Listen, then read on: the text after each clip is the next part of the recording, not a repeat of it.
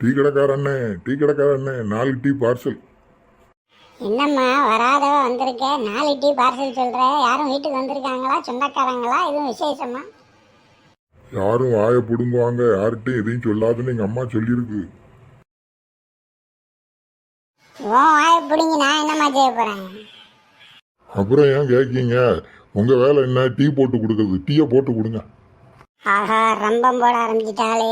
ஆரம்பமே சரியில்லையே. சரிம்மா, நான் என் வேலையை பார்க்குறேன். என்ன ரேவதி, உங்கள் வீட்டுக்கு கெஸ்ட் வந்திருக்காங்களா? இல்லையே, யார் சொன்னது உனக்கு? உங்கள் வீட்டு முன்னாடி தான் 5-6 ஜோடி செருப்பு கிடந்துச்சே. உங்க கண்ணுல பாம்பு கொத்த, நீ ஏன் அதை கவனிச்ச? என்ன என்னடி குறைஞ்சா போவ? உங்க வீட்டுக்கு எத்தனை பேர் வராங்க போறாங்க? நான் என்னைக்காவது யார் வந்திருக்கா போயிருக்கா ஏதாவது கேட்டிருக்கேன் நாடி. எதுக்கிடி உனக்கு இந்த விசாரணை அக்கறை? நீ கேட்க மாட்ட, அது உன் நேச்சரு. நான் கேட்பேன், இது ஏன் நேச்சரு. உன்னோட பெரிய ரப்சரா போச்சுடி. அது என்னன்னு தெரிஞ்சுக்கலன்னா எனக்கு சாப்பிட்ட சோறு ஜீரணம் ஆகாது, படுத்தா தூக்கம் வராத. விட மாட்டேன். அம்மா, உனக்கு ஒரு விஷயம் தெரியுமா? என்ன விஷயம்மா?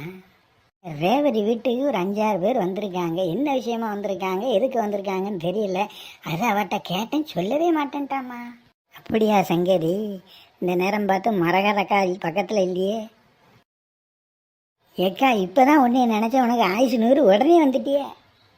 ஆயுசு 100லாம் இருக்கட்டும், என்ன விஷயம் அது சொல்லு. சரசாக்கா வீட்டுக்கு 5-6 பேர் வந்திருக்காங்களாம்.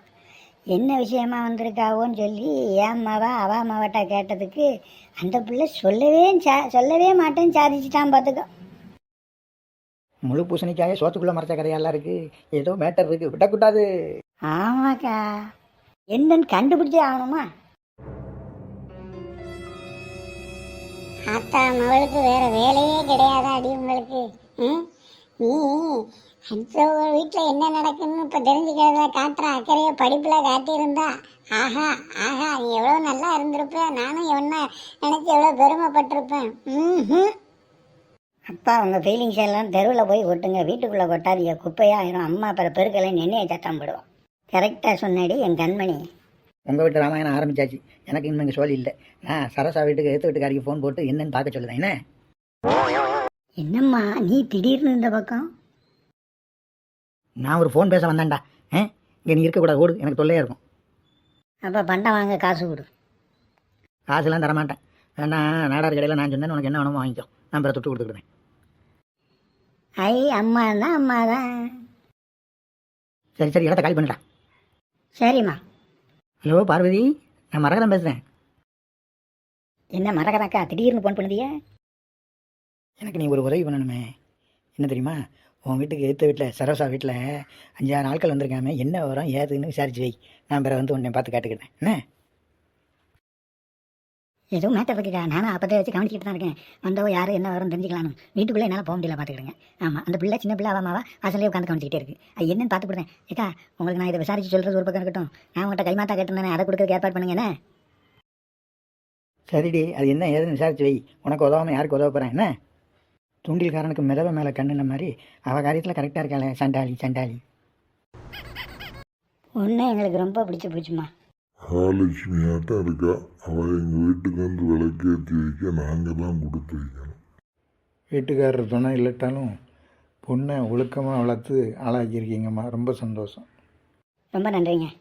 உறுதி பண்ணுறது வைக்கிறது நிச்சயதார்த்தத்தெல்லாம் கோயிலில் வச்சு பண்ணிக்குவோம்மா. சம்மதம் தானே? சொல்லணும்னு நினச்சா நீங்கள் சொல்லிட்டீங்க. உங்கள் நல்ல மனசுக்கு எல்லாம் நல்லபடியாக நடக்குங்க.